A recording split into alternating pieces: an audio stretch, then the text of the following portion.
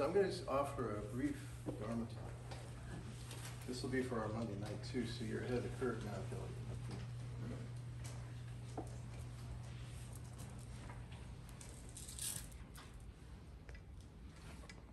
Can I give that to you? So I just want to say a few words about this ceremony today of Hanamatsuri. I'm going to start with a quote by Daisetsu Suzuki. Most of you, if you've read some of the stuff from the 60s, you would know him as D.T. Suzuki. But he was definitely probably one of the most influential Japanese Buddhist teachers of the 20th century. And one time he said, "Be born again, be awakened from the dream, rise from the death, O ye drunkards." So what does he mean? Well, when we do ceremonies like this, as we hold throughout the year, we do our liturgical cycle, most of these ceremonies are based in some way on the narrative or story of Shakyamuni that we call the historical Buddha. And we don't really get too caught up in these stories as being literally true. Now, there's no doubt that there was an historical Buddha. Scholars have long ago ascertained this, partially because lots of people talked about the Buddha besides the followers of the Sangha. But we look at these stories of Shakyamuni, and we honor this one with his birth as a teaching parable, not something to be taken literally, but rather to be understood as mythos. And a mythos, the meaning of mythos, is that mythos is something that joins us individually to an eternal narrative. So in a way, whatever we're looking at in the great mythos, or in this case, the narrative of Shakyamuni, we see our own life, our own journey. Because this path is not about copying anyone or about following the same exact path as anyone else. For each of us, we all have our unique journey. We carry the same good tools with us, right? But we all have to walk on our own, but not alone. So myths are like dreams, and they're meant to be mostly understood as symbolic. So for example, before he was Shakyamuni, after his awakening, he was known as Siddhartha. And Siddhartha's mother was Maya. Now in the story, as we just read in the liturgy there for a little bit, she conceives of him first in a dream. A glorious white elephant appears to her and offers her a lotus flower. Now, if you had a dream about a white elephant doing that, it might freak you out a little bit. But in her culture, at her time, the elephant was seen as the most glorious animal in the animal kingdom. And a white elephant was seen as a bearer of sacred gifts. And so the elephant entered her side in the dream, and she became pregnant with Siddhartha. And then somewhere out on the plains of Nepal, she, in the Lumbini Gardens, according to the story, she gave birth to Siddhartha. And she did so from her side, the opposite side. The elephant went in one side, he came out the other. And it says in the story that this little infant stood up, took a step in each of the four directions, and then made another 3 circles to represent the past, the present, and future as one. And so a total of 7 steps, they say. And so therefore what was being recognized was that Shakyamuni's birth, or Siddhartha in this case, was very special.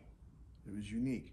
But you should know this too, that Maya, the word Maya, that means in Indian culture, illusion. Illusion. So in a sense, what the name of the Buddha's mother represents is the idea that this world that we come into, that it is a bit illusory. That it is not so much the world that is an illusion, but how we see the world that becomes delusory. So that's what that represents. And it was said later that while Siddhartha's mother was Maya, and then later his aunt Prajapati, who took care of him, when he was Shakyamuni, after his enlightenment, he would proclaim that his mother was wisdom. And likewise, he had a dad, Suddhodana, who was a great ruler, supposedly. And whenever he became the Buddha, the enlightened one, he then began to talk about compassion as his father. And again, he wasn't ignoring his human side of things, but he was always seeing them in relationship to something more transcendent. And so then we come to this idea of what he says, right? He says, I alone am the world-honored one. Now, we could spend a whole day talking about this passage, but if you look at it and you break it down, I am one. So there's one part of this statement that he is making from his true self. I am one. And the other part of the statement is alone the world honored, which he's talking about his ego self and the role that he would have in that. So that's what those words really mean. And the idea of a baby speaking, if that doesn't clue you in that you're not supposed to take this story literally, I don't know what will. But the idea of the baby speaking was that his true self was present from his birth. And as Trinity said so well, one of the things we learn about taking refuge in our true self is that nothing outside of us any longer can define who we are. And we don't have to justify who we are. This becomes an inherent grace that we take refuge in. And in the Buddhist world, when we observe the birth of the Buddha, it's actually our birthday too. So actually in lots of Northern Asia, there's a tradition where everybody says happy birthday to each other on this day, because we're recognizing that we're all Buddhas and we were all born this way. All we have to do is awaken to it and take refuge in it, and then we will live out of it. So one other thing I want to add. So the Venerable Asita was an old monastic priest who was the grandfather of Siddhartha. His grandfather was a fellow named Siha Sandhu, and he was Siddhartha's grandfather. So Asita was his chaplain. So Asita had been along a long time, and of course when Suddhodana came along, Siddhartha's dad, Asita was his teacher too. And so by the time that Siddhartha was born, he was an old man. And it is said that he had this vision that Siddhartha was going to be born, and by this time he'd retired up into the woods in the mountains as a hermit. So he came down to honor the birth of Siddhartha. And it is said that this was his reply. And in some sutras they say this. Now thou dost dismiss thy servant, my Lord, according to thy word and peace. So this was his words. These were his words to Suddhodana, who was his Lord, his ruler. Because my eyes have seen liberation. And this is what he said upon seeing the baby, which has been prepared before the face of all peoples, a light unto the world in the glory of the Shakyas. And the Shakyas were the tribe or the clan that his people belonged to. And he knew he was going to die soon, so he had a little nephew who was about 12 years old. His name was Nalaka. So he ordained him at 13 so that his lineage, his family would be able to hear the words of the adult Shakyamuni. Now there's something else that Asita did. And I'm going to finish with this. Asita prophesies that this child will either become a great political leader or will become a great spiritual leader. And that in the end, the existential choice will be his. And so why is this, why do we see this demarcation and one thing or the other. And part of that is something I think we've been experiencing a lot now.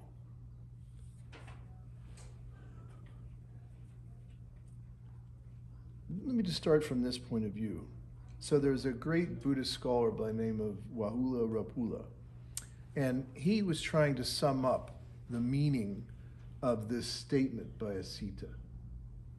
And he said, to force oneself to believe and to accept a thing without non-dual understanding is politics and not spiritual. So in this statement, what he was trying to say, Rapula, who was considered one of the most venerated scholars of the Buddha's life and the sutras in the 20th century, was that when you looked at the sum of all these things, that's the difference. And he related it to the call of Asita. And in fact, the only thing you can find in the sutras, and I mean there are tens of thousands of them, the only references you can find to what we might call today politics is the Buddha saying that that is unedifying talk. That we should not gossip about kings, robbers, ministers, armies, dangers, wars. I guess he was saying we shouldn't be engaged in disinformation or fake news, we would say today, right? But the point is that it was a choice that he made. And I think today, and some of you are familiar with the great psychologist Carl Jung, or maybe the great philosopher Nietzsche. And what both of them saw for the end of the 20th century, and Jung and Nietzsche both saw this before even the world wars, is they saw that as human beings moved away from spirituality as the center of their existence, that void has to be filled by something else. And they all saw that as that spiritual center became less important to people, or in some cases had been co-opted by politics, that what would happen is that void, nature abhors one, would be filled. And so it would be filled with materialism. It would be filled with socioeconomic philosophies and politics. And it would all become about changing the world and forgetting to change the self. And so Shakyamuni's choice was based on this idea. It was based on the idea that his calling was to help human beings wake up to their true self.